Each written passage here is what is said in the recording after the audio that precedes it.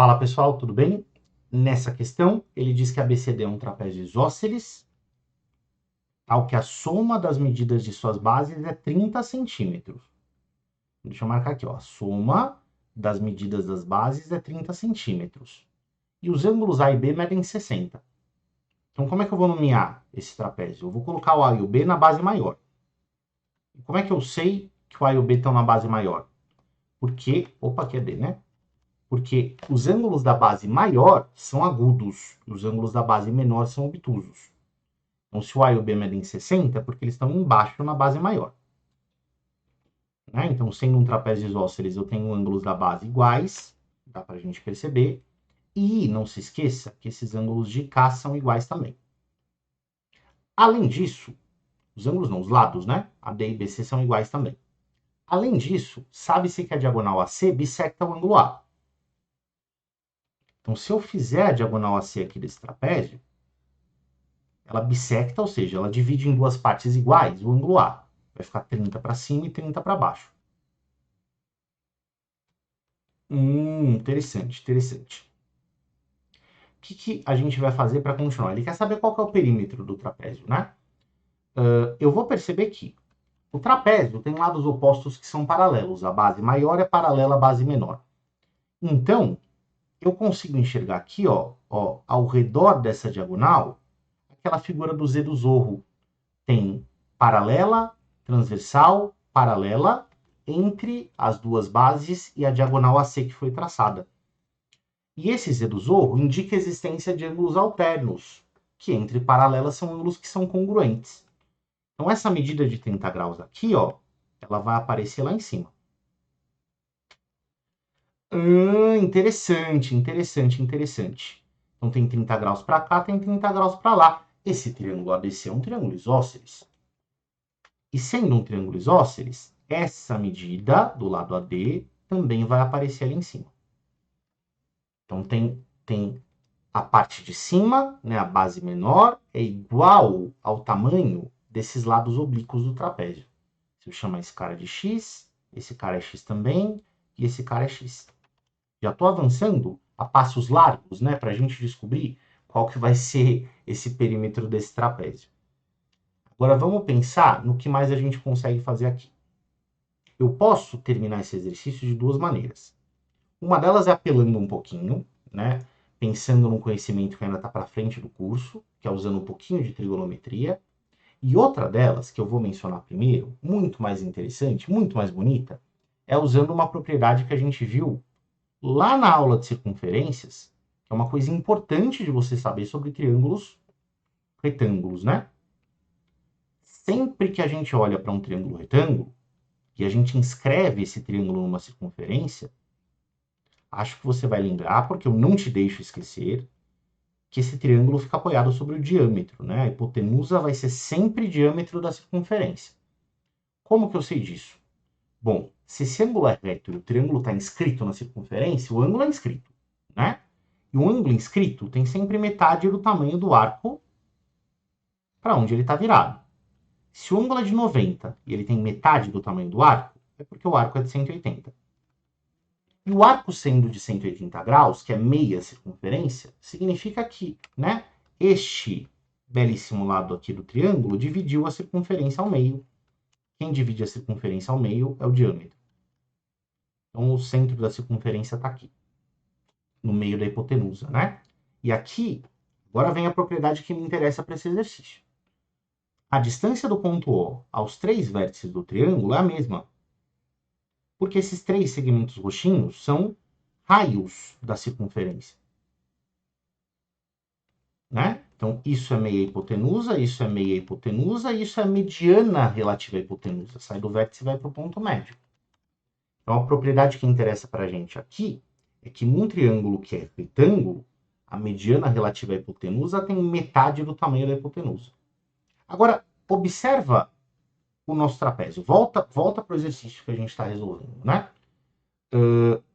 A gente tem aqui um triângulo ADC que é isósceles, perfeito, a metade de cima da figura, né? A metade de baixo da figura é um triângulo retângulo, você concorda comigo? Esse triângulo é retângulo, porque eu tenho um ângulo de 30 Eu tenho um ângulo de 60, essa soma dá 90. Para eu fechar a soma de ângulos do triângulo, que é 180 graus, está faltando um ângulo reto. Então esse ângulo aqui é de 90. O que acontece se eu marcar o ponto médio aqui desse lado? O que acontece se eu marcar o ponto médio desse lado? Bom, se é ponto médio, essa metade é igual àquela. E pela propriedade que a gente acabou de ver, né, da circunferência do triângulo retângulo, isso aqui, esse segmento aqui, MC, que é a mediana relativa à hipotenusa do triângulo, tem o mesmo tamanho que metade da hipotenusa. Então, essa medida é igual a essa, que é igual àquela, né? E isso significa que a gente separou o nosso triângulo retângulo em dois triângulos que são isósceles, né? E esse triângulo aqui sendo isósceles, os ângulos da base dele são iguais. E o ângulo de 60 vai aparecer ali em cima também. Ah, poxa, se tem 60 para cima e tem 60 para baixo, o ângulo que falta para o triângulo é 60 graus também. E o triângulo que a gente formou aqui, na verdade, não é só isósceles, ele é equilátero. Concorda? Então, na verdade, essas duas medidas aqui do triângulo isósceles são iguais a x também, né? O que mostra que a figura da direita é um triângulo equilátero e a figura da esquerda é um losango. Tá bom? Então, eu tracei a mediana relativa à hipotenusa, percebi que isso dividia o triângulo retângulo ACB em dois triângulos que são isósceles, e como já tem um ângulo de 60 graus aqui, completando os ângulos desse triângulo, eu descobri que ele era equilátero.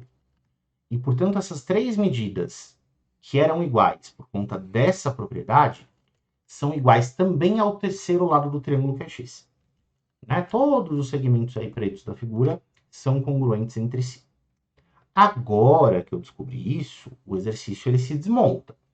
Por quê? Se a soma das bases é 30, a base de cima é x, a base de baixo é 2x. Se essa soma dá 30 centímetros, é porque o x é 10. Certo? E o x sendo 10, o perímetro do meu trapézio,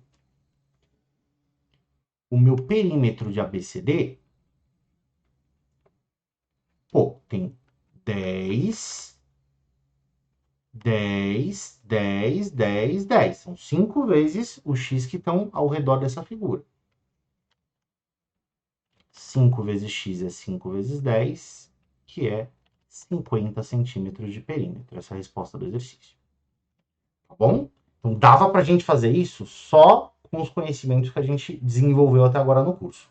Mas eu vou entender se você falar que essa construção de eu tirar essa mediana foi um pouco uma inspiração duvidosa, certo? Parece aquele tipo de construção que faz quem já sabe qual é a resposta do exercício. Eu vou concordar um pouco com você se você me disser isso daí.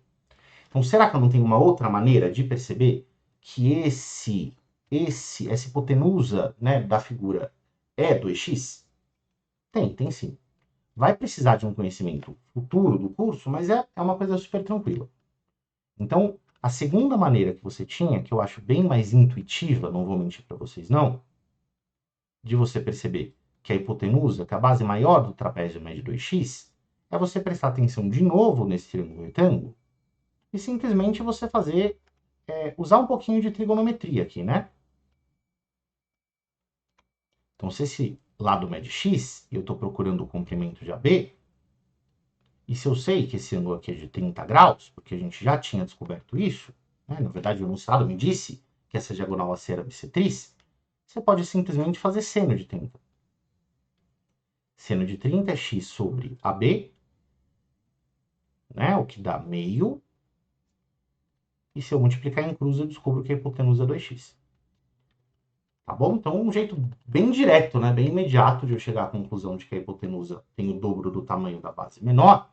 Mas a gente discutiu primeiro a solução que dependia só dos conhecimentos que a gente desenvolveu até agora no curso. Primeiro, para lembrar você de uma propriedade importante. Segundo, porque é uma solução bonita, certo? Mas eu vou concordar com você que você simplesmente usar trigonometria é uma solução muito mais fácil. Beleza? Espero que você tenha entendido. Até a próxima.